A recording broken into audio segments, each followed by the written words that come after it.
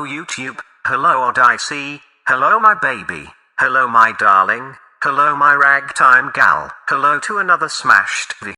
The sudden death of Miss Katie Elder brings three estranged brothers back together to their town where they quickly get face to face with people who would rather not have them return. It doesn't take long for the brothers to realize that something strange is going on and they set out to find the killers of their mother.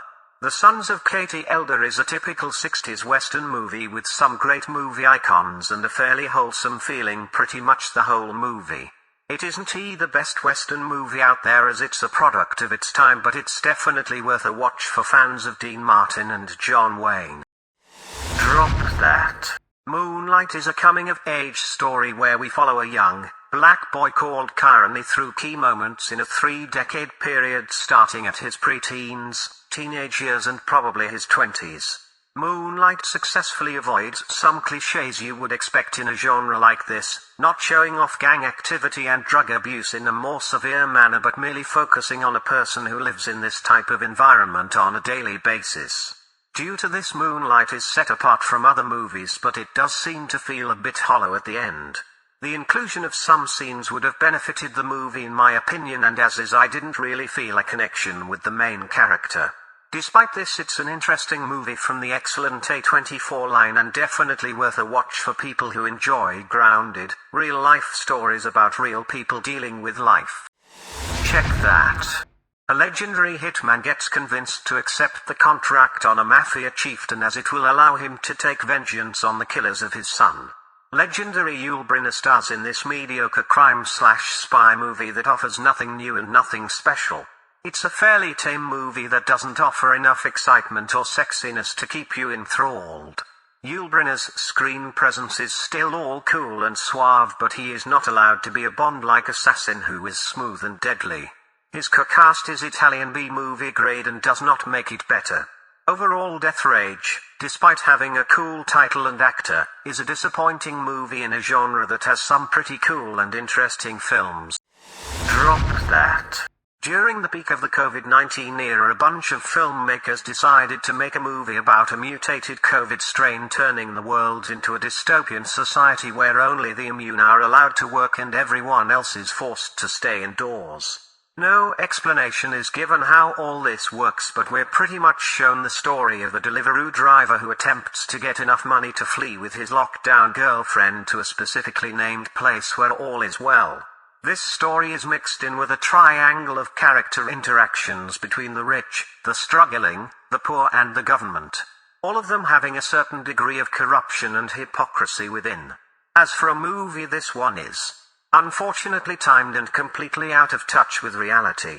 It offers nothing new for people who have seen dystopian or apocalyptic movies from the past, and it doesn't deal with an outbreak more than a superficial level. There are many better movies out there than this, so fans of Alexandra Daddario and Peter Stormare will get their kicks. The rest, touchy, I guess. Check that. A future army arrives in the past and requests humanity to send people to the future to fight an alien threat. When trained soldiers fail, citizens are sent over, and one of them is Dan Forrester, played by Chris Pratt, who seems to be the savior no one knew they needed. The Tomorrow War is a science fiction action flick with a lot of plot holes and scripted events, but regardless of that, it remains to be an enjoyable movie if you do not overthink, or think at all, about it. The ethical symbolism of this movie is quite obvious, but unlike other movies, it doesn't slap you across the face with a certain left-leaning ideology. The one thing that makes this movie different from other types of badly written media is that it's just fun and in a way harkens back to the action movies of the 80s. The Tomorrow War is most definitely a popcorn movie, a movie you can enjoy with your family. It has humor, action, some scary moments, and the aliens for once aren't shrouded in darkness. It's unfortunate that it's very hard to ignore many of the plot points that are glaring brightly in your face. Better writing would have made this movie great, for not it's just good. Drop that. The once formidable MCU continues with a movie that is years overdue about a character who pretty much died the last time we saw her. Black Widow brings back Scarlett Johansson as the Russian spy and assassin Black Widow and drops us back into a more simple time right after Civil War. We are served with a fairly dark intro about child trafficking, which should set the tone of the movie if it weren't manhandled by studio execs. And even that statement is quite dark and not far from the truth. This tone, however, gets diluted more and more as the movie progresses into something that is almost farcical. Black Widow meets her long-lost and unknown sister, who she fights for whatever reason the scriptwriters didn't think of, and ends up reuniting with her estranged fake Russian operative/American family, featuring a psychotic, manipulative, mad genius mother and a white male who is quite literally the joke of the movie. That is joke in the broad sense, cause there isn't much humor in this movie that sticks its landing. Unlike Widow's hero landing, the plot and experiences in this movie are stupid. There's no agency, no reason to care, lame fighting scenes, nonsensical plot points, no sexiness.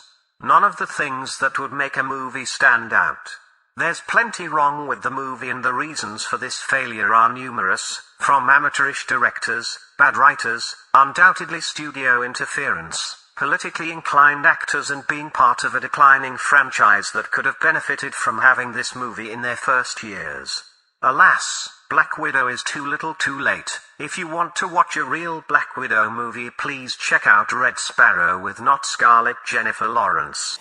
Check that. A Russian movie about the Sputnik crew returning to Earth with an alien inside of them? What do you say? A Russian aliens movie? Sign me up.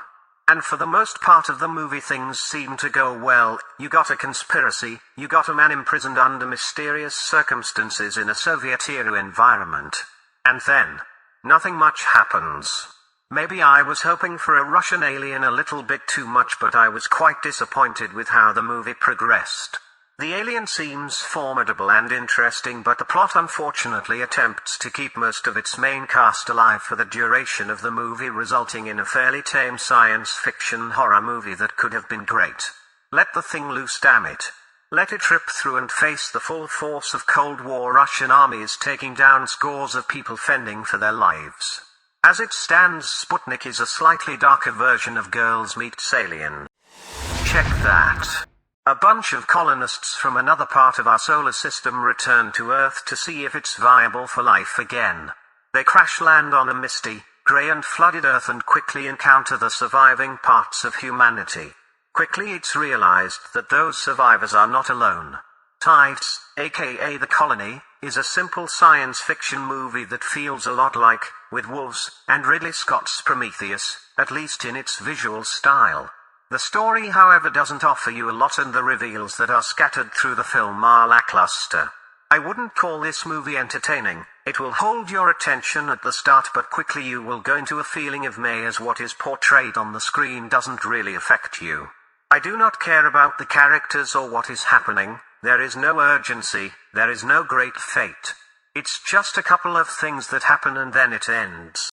Smash that. The Quiet Place was an interesting movie that had some unfortunate decisions, making the whole thing fairly unbelievable, but also fairly entertaining.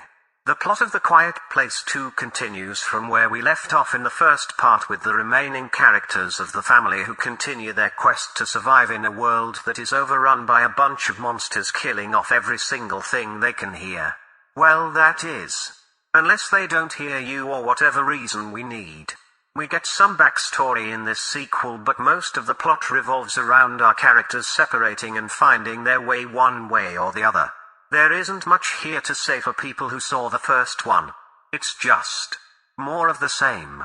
It's not better nor worse, it's just more of the same.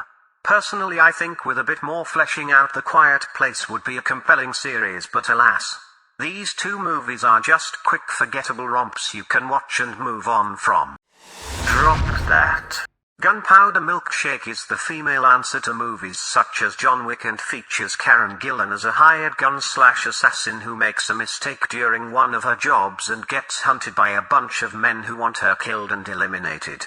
What follows is an action movie where no punch ever lands, lots of jump cuts and enough violence to keep your attention for a little while. Unfortunately, the action is lame and the violence isn't hardcore enough. There's little to no sexiness, and the plot itself is pretty much ripped from John Wick and other movies of that ilk.